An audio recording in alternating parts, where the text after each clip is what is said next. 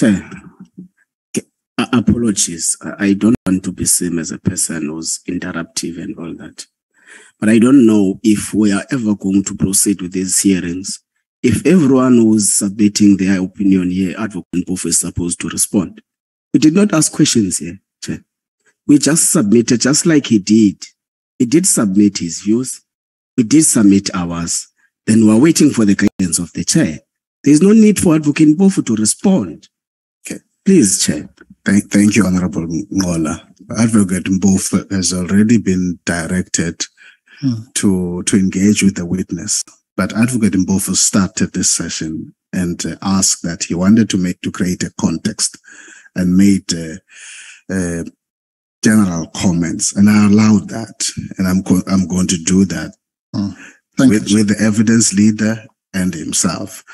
It's clear that the context he has created has invited the reaction. So I would want you, as I indicated, because we have the witness until 3, that you start interacting with the witness, but I cannot stop you if you want to just make your final comments on what you have heard. Thank you, Chair. No, I would have been finished by now.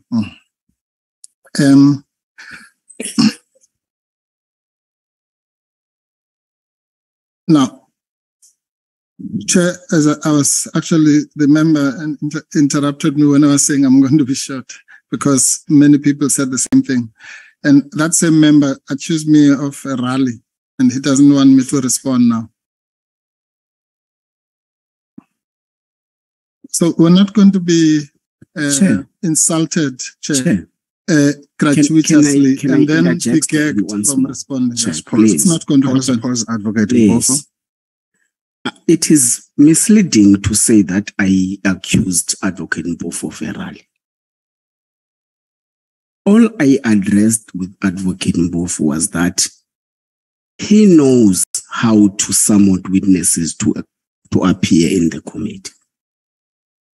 I have said, I referred to myself, that we will call issues of rallies outside. I said we. I never referred to Advocate Mpofu. Can I not be accused in this committee, please? Okay. Thank you, Honorable. Person. Honorable Malema. Chair, we're not going to be abused here by Honorable Nolan, who thinks that he's got something special to offer when he's got nothing to offer. He thinks that he's a politician wannabe and makes unnecessary statements and then come and accuse people of delaying this process. We're all here quiet, Chair, listening. He says Advocate Mpofu commented and they commented. Then he doesn't understand why Advocate Mpofu must comment again, because they didn't ask questions. Why did he comment when Advocate Mpofu didn't ask questions? He commented. He was telling us what he's going to do. All you do is to allow him to say what he wants to say and say to him, proceed. But you're allowing him to comment because you're commenting on him. He accused Advocate Mpofu of a rally, and he wants to come here and somersault, thinking he's the best politician this country has ever offered. He must not be that. We've been keeping quiet here. Honorable Chair. You can call order the way you want. That is going to be the game if you are going to start like that. You must know now, this committee is going to be characterized by that. If you think you can call order when you have been out of order throughout, and we've been tolerating your nonsensical inputs here, then you must know this is how we're going to proceed. Honorable Malema, thank you. Please, I want you to refrain from that language. Thank you. It's nonsense, Chair. To say it's nonsense is parliamentary. It's nonsense. Thank you, Honorable Malema. Colleagues, I would want you to please drop your hands. Advocate Mpofu. Thank you, Chair. Anyway, all I wanted to say is that the proposal of the backroom office is a good one, and we already have that, as you indicated, Honourable Member. And sometimes we even chat to the Chair informally in an effort to try and curtail the technical stuff. But everyone who talks about derailing and wasting time is just missing what I'm trying to do here, which is the exact opposite of that. because and also the sense of intolerance, Chair, must not be uneven. Because yesterday on a lighter note, commented about the 45 minutes that was taken, put in context by the evidence leaders. But now, when I address fundamental issues to preface my cross-examination, there's a whole lot of insults being thrown in our direction, which is completely unfair. Anyway, Chair, I'm going to move to the witness, but I just want to say this about I have no confusion about what I was talking about the wide scope and the narrow scope. And I want to leave you with this question again to think about it overnight.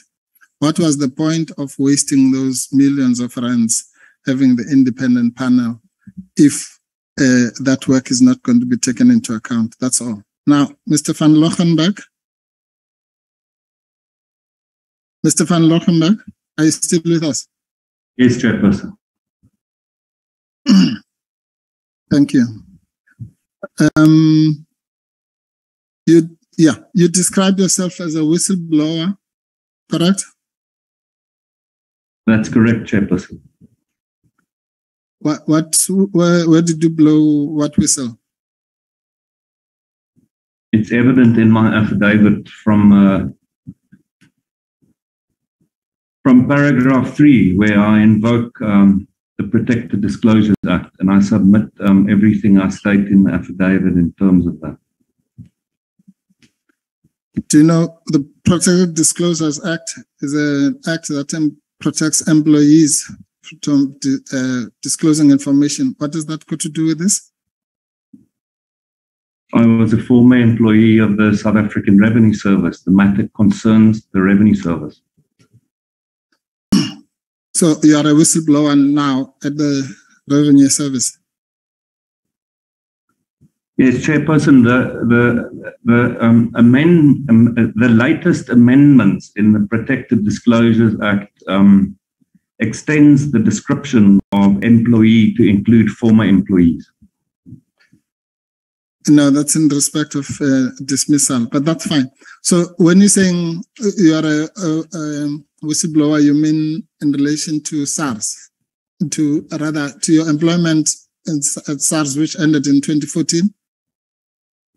Which ended in 2015, Chair. And okay. I'm referring specifically to the definition employee as contained in the amended Protected Disclosures Act. No, sir. Okay, let's say I don't want to debate issues of law with you. I'm saying, let's assume you're correct with that. But that reference I'm asking is therefore with referral to your employment at SARS, which ended in 2015. That's correct, Chair, because the report relates to that.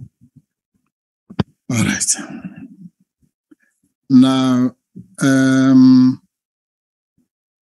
so while we are on the subject of that employment, you were suspended from SARS at some stage, correct?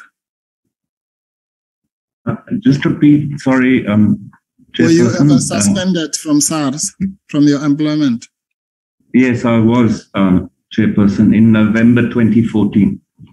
November 2014. Okay. All right. Well, so I think let's just talk about that quickly since you want to talk about employment. And why were you suspended? I don't know, Chairperson. You don't know? I don't know. You were not told what happened. You just told you are suspended. There were no accusations, false or true, that were made. Correct, Chairperson. I was informed the day that I'm suspended. Full stop. I beg your pardon, Chairperson. Yeah, no, I'm saying you were just told, Mr. van Loggerenberg, you are suspended. You're not given any reason. Correct, Chairperson. I was told I was not entitled to the reason for the suspension. Right. And were you not accused of sharing taxpayer information, confidential taxpayer information? I've been accused of unlawfully sharing taxpayer information on multiple occasions over many years, Chairperson. No, Mr. van Loggerenberg, you heard these members, they want to go home. Let's not waste their time. I'm asking you a simple question. You might have been accused 100 times. I'm just talking about one specific time in respect to your suspension. Were you or were you not accused of sharing confidential tax information? Chairperson, I've just answered. I don't know why I was suspended. Did I mention the word suspended? I'm saying, were you not accused of sharing taxpayer information? I've answered you, Chair. I have been accused of it, yes. At the time, in 2014, 2015? In 2014, in 2015, in 2016, up until today. Okay, let me put it to you that you are just being unnecessarily evasive because you know that you were accused around the issue of your suspension. You were accused of having shared taxpayer information. You know that. You're just evading the question. What do you say to that? I can't answer you better than I have, Chairperson. Okay. Who were you accused of sharing the information with?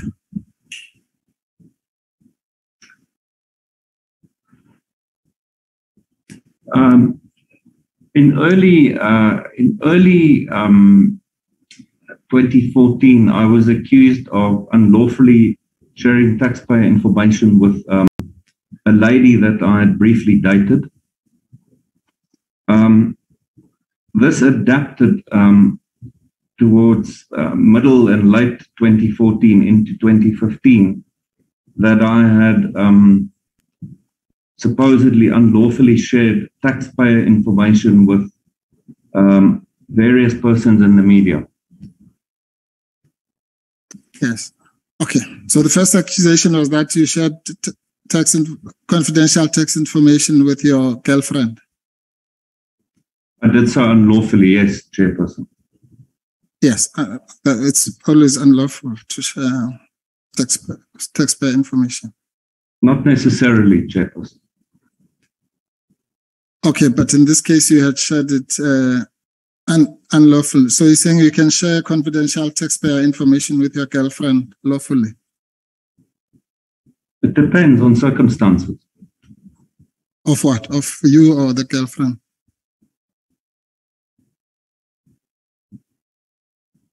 It depends on the circumstances. Depends on the nature of the conversation. Okay, now let's make it easy again. Just give me one set of circumstances where it might be lawful to share confidential taxpayer information with your girlfriend. Where the girlfriend is providing information to me that pertains to the execution of my duties. Okay, and then that then releases you from your legal duty to confidentiality. No, in order to understand, you have to engage. But the point is, I didn't do so, Chairperson. So she was lying. Indeed. And the girlfriend we're talking about is Miss Belinda. Is it Walter or Walters? It's Walter without an S, Chairperson. Without an S, yes. So you're saying she was accusing you gratuitously? She's falsely accusing me. She was very specific. She said that I had unlawfully shared confidential taxpayer information in relation to President, the then President Jacob Zuma, the head of the Economic Freedom Fighters, Honourable Member Mr. Julius Malema, and tobacco manufacturer British American Tobacco. Right, thanks. So she said you shared that information with her.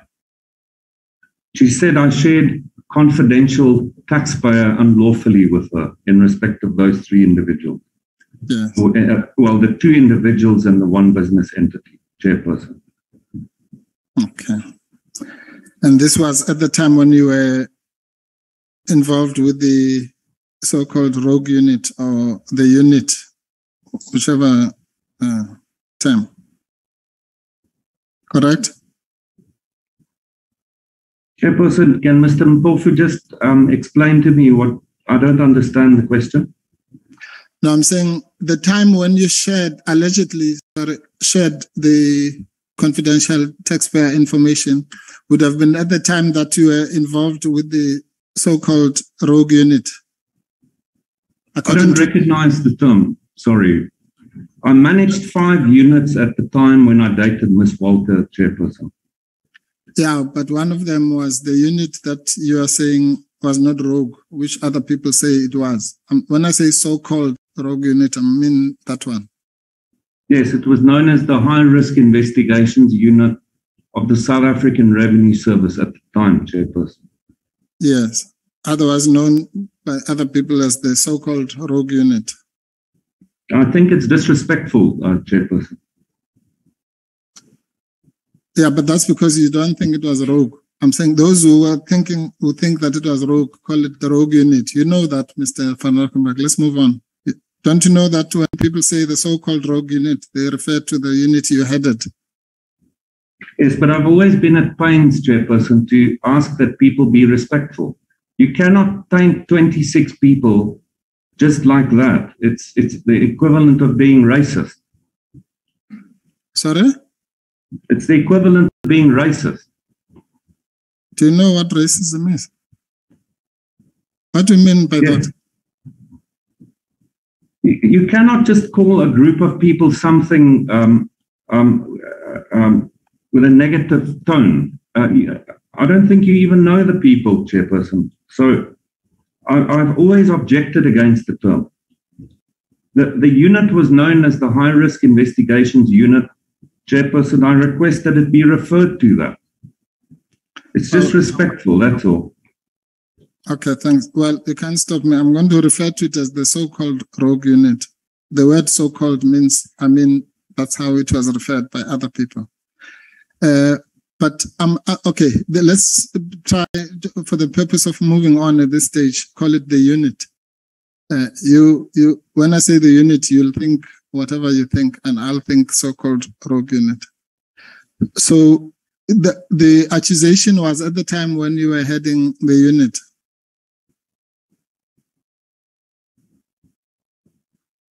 Yes, correct, chairperson. And how old are you? I'm now 53, chairperson. Okay. So would it be fair to describe you as a security man, a person who's in that world of security, broadly speaking? Chairperson, can Mr. Mpofu just explain what he wants me to answer to? I don't understand the question. Okay. Just repeat your question, Advocate Mpofu. Yes. No, maybe I'll try and break it down, Chair. Did you serve in the South African Defence Force? No, chairperson. Did you serve in the police? Where did you get your experience as a security person? I don't know what security person means, chairperson. High risk or rogue unit dealt with security matters, didn't it?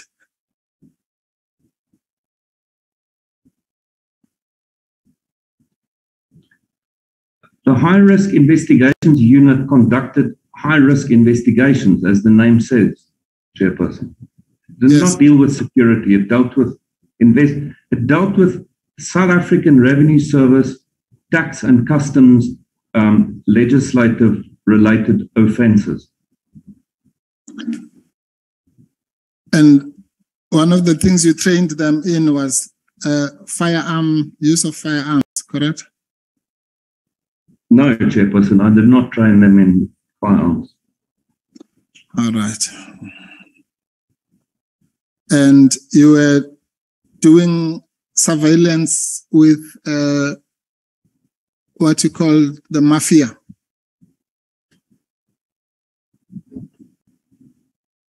No, Chairperson, we were not doing surveillance with the mafia. Did you do surveillance with the abalone rings? Yes, on other occasions we did lawful surveillance in order to collect evidence to prosecute tax and customs offenders. Okay, lawful surveillance, what does that mean in normal English? It means listening to people or watching their movement or taking their photos. Just say it in normal lay. Most of us here are lay people, except General Lomisa.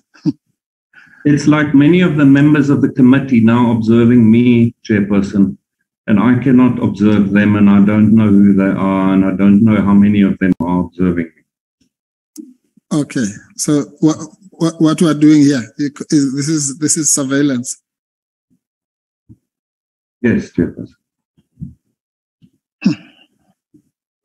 It's looking with your eyes in the public domain. Okay, so all human beings then are involved in surveillance when we look with our eyes. Yes, Chairperson. The difference here is you do it in order to, where you have reason to suspect, say, a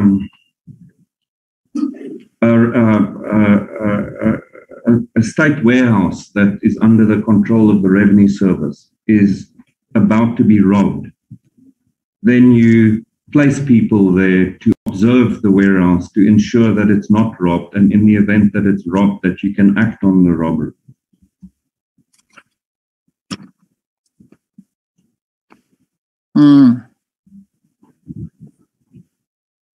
All right. And you would agree that the unit that you headed, some of the work it did intersected with what we generally know as intelligence work? All 5 of the units that I managed can be described in that manner, Chairperson.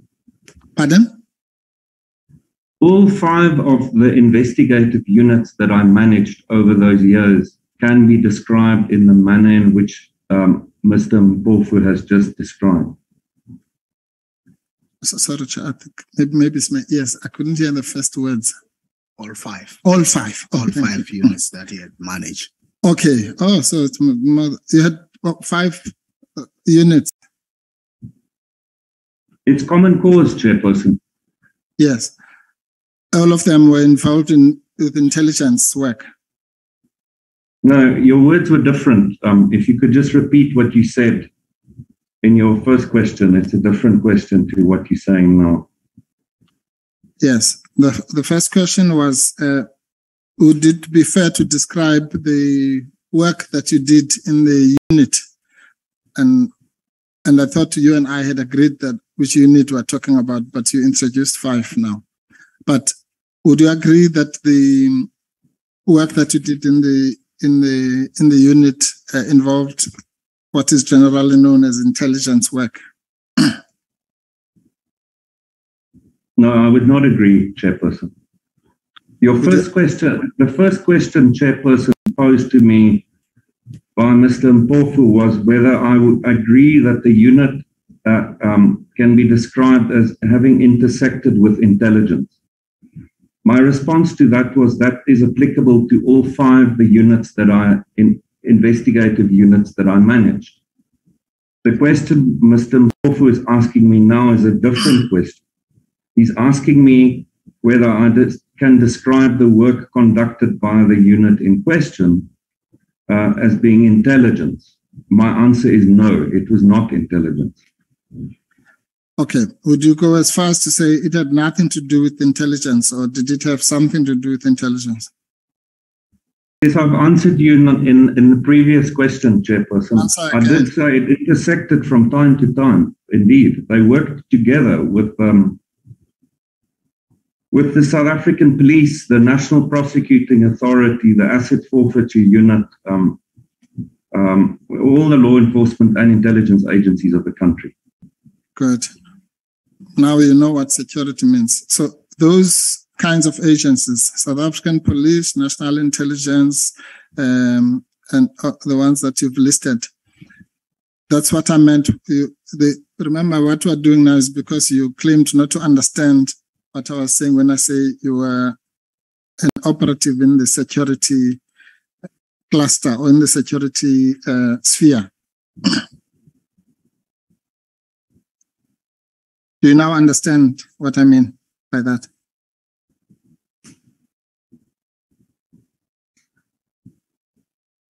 Chairperson.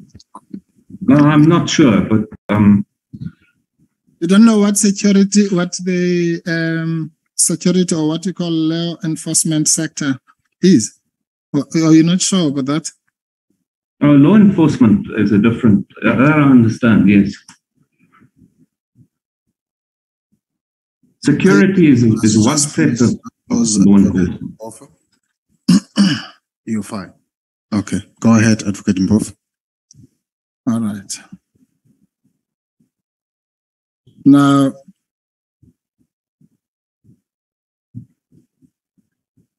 at the time of your suspension, were you aware that there was an opinion by Advocate Brassi dealing with your, among other things, your suspension, as well as the Pillay matter? No, Chairperson. Pardon? No, Chairperson. You've never seen such a thing? Or heard of it? No, Chairperson. Never heard of it? I've heard in loose talk of Advocate Brassi's comments and documents, but nothing's ever been put to me. Okay, I don't believe what you're saying, but we'll deal with it some other time. Perhaps you can provide it to me, Mr. Mpofu. Yeah, I will. It's in the documents here. My team will call it up. It's in the appreciate that, Chairperson. That will be for the committee. And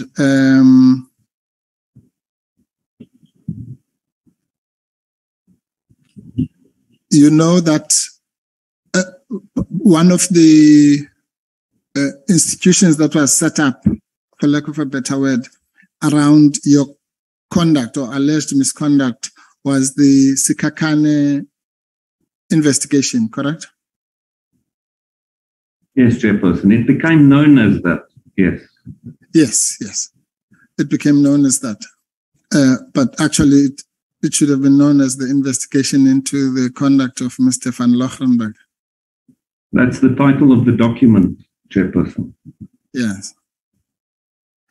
And one of the things you say to this commission is that the public protector must be impeached because, among other things, she placed reliance on that report, correct?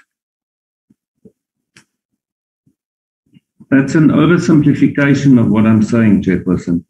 Okay. I'm certainly not saying that Ms. Mkhwebane must be impeached. I'm simply participating in a committee to display that Ms. Mkhwebane ignored my basic human rights and natural justice in respect of Report 36 of 2019-20.